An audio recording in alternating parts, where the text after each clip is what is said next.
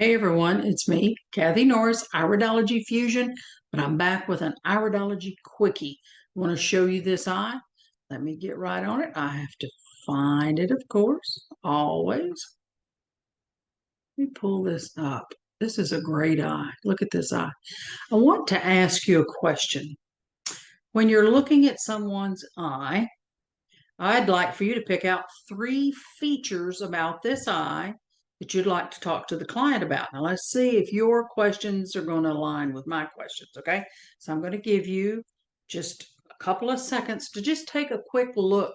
While you're taking a look and kind of making a little bit of an assessment here, of course, you know that we're looking at a lymphatic eye. It is hydrogenoid. We do see uric acid subtyping. We see a scurf rim there. See a very large pupil. We can tell this is a female. Okay, so based on that, that was just a few seconds.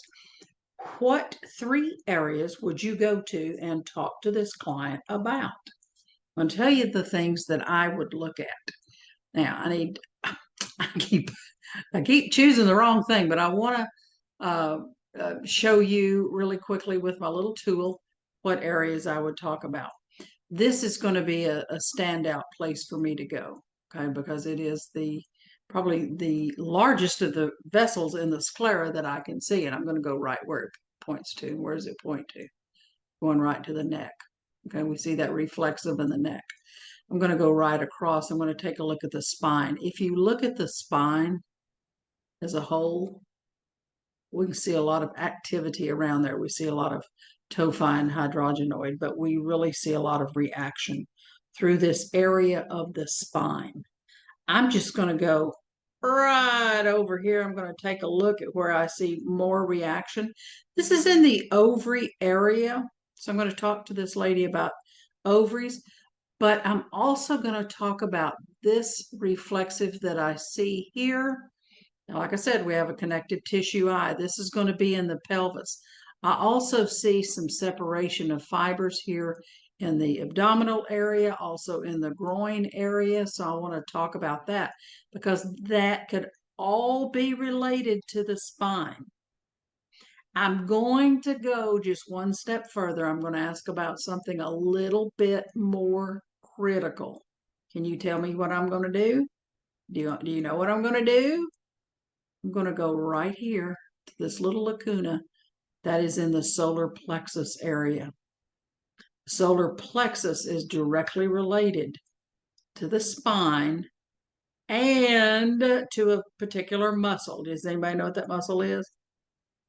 It's the psoas muscle, okay? So I'm going to take a look at all of that and see what in the world is going on so that I can help my client a little bit further. Now I'm going to ask questions about all those areas. I'm going to ask about the neck. I'm going to ask about the back. I'm going to ask about the muscles. Connective tissue is telling us we have a potential weakness in the muscle, if you will. Muscles could really be underdeveloped or they could be very overstretched and really work to the point that they don't work so great because they're so tight. They're just, like that. So I hope that helps you. Again, this was just a real short quickie. That's why that's why they're called quickies. I have more information coming out in February about muscle mapping. So stay tuned because I'm going to unleash that in February around the time of our IPA symposium. So I've got more to come on that. That's just a little teaser for you right now. Okay.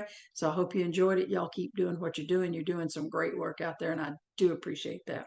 Y'all keep following me for some more quickies. Thanks a lot. Bye bye.